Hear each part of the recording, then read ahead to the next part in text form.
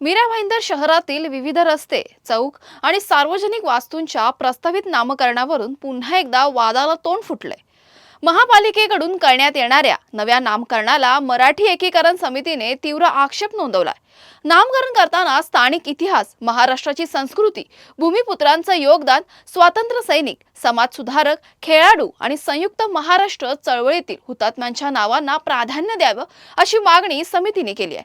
बाहेरील व्यक्तींची नावं देऊन स्थानिक ओळख पुसण्याचा प्रयत्न खपवून घेतला जाणार नाही असा इशाराही समितीने दिलाय।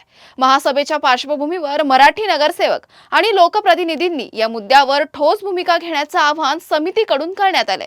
दरम्यान मागण्यांचा विचार न झाल्यास आगामी काळात तीव्र आंदोलन छेडण्यात येईल असा इशारा मराठी एकीकरण समितीचे अध्यक्ष गोवर्धन देशमुख यांनी दिला आहे।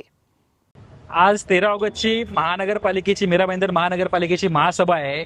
मीरा भाईंदर महानगरपालिकेचे शहर अभियंता यांनी एक गोषवारा दिलेला आहे। त्या गोषवाऱ्यामध्ये जर आपण पाहिलं की क्रमांक 8चा मुद्दा आहे, क्रमांक 9चा मुद्दा आहे, क्रमांक 15चा मुद्दा आहे आणि क्रमांक 17 मध्ये पंडित दीनदयाल उपाध्याय असं सभागृहाचं नाव आहे, 18 मध्ये आहे शांती स्टार बिल्डर।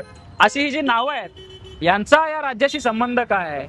तुम्ही खाजगी विकासक आहात, तुम्ही धर्मगुरू असाल, मान्य आहे, परंतु ह्या महाराष्ट्राच्या भूमीवरती स्थानिक मराठी माणसाचे नावं लागले पाहिजे, महापुरुषांचे नावं लागले पाहिजे, लेखक, कवी, स्वातंत्र्य सेनानी, आमच्या संयुक्त महाराष्ट्रातले जे हुतात्मे आहेत त्यांची नावं लागले पाहिजेत। अनेक खेळाडू आहेत या नवघरमध्ये, आमचे स्वातंत्र्य सेनानी जे आमचे भोईर आहेत, आत्माराम भोईर यांचं नाव लागलं पाहिजे। इथे आम्ही सुचवलं होतं जेपीच्या रस्त्याला की हुतात्मा राजगुरू रस्ता म्हणून नाव द्या, तुम्ही अजून दिलं नाहीये आणि तुम्ही हा आता गोषवारा काढताय। आज तुम्ही ठराव मांडणार आहात, याला आमचा कडाडून विरोध आहे। जर तुम्ही हे मंजुरी दिली तर मराठी एकीकरण समिती आपल्या दालनात आंदोलन करेल, एवढं मात्र लक्षात ठेवा। आणि नगरसेवकाला देखील विनंती आहे, आपण मराठी म्हणून फक्त आडनाव लावू नका मिरू, या सगळ्या गोष्टीला विरोध करा। हे मराठी शहर टिकवलं पाहिजे।